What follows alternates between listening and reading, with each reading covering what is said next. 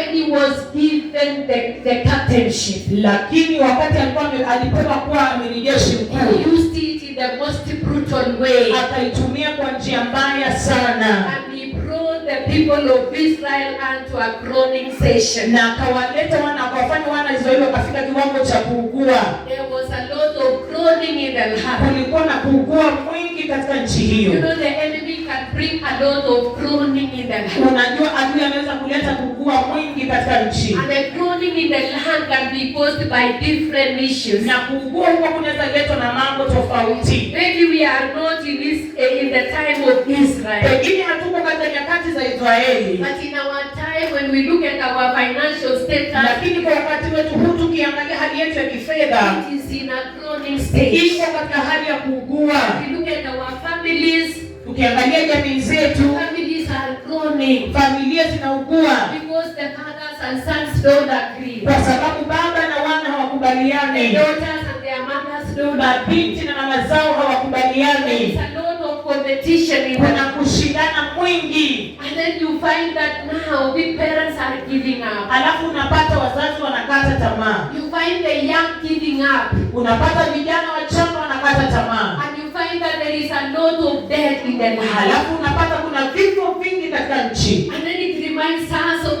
in the book of Isaiah. Alafu inatukumbusha kwenye kitabu cha Isaia. It's about Rahel refused to stop crying. Inasema kwamba Raheli alikataa kufarijika. Because there was death of the his sons. Kwa sababu watoto wake walikuwa wameuawa na hawapo tena. So when you look at the environment, kwa hiyo tukitazama mazingira, look at the season today. Tuangalia msimu uleo. We are in a season. Tuko katika majina. When even if we are smiling, mahali ambapo kama tunatabasamu, things are not going straight. Mambo hayaendi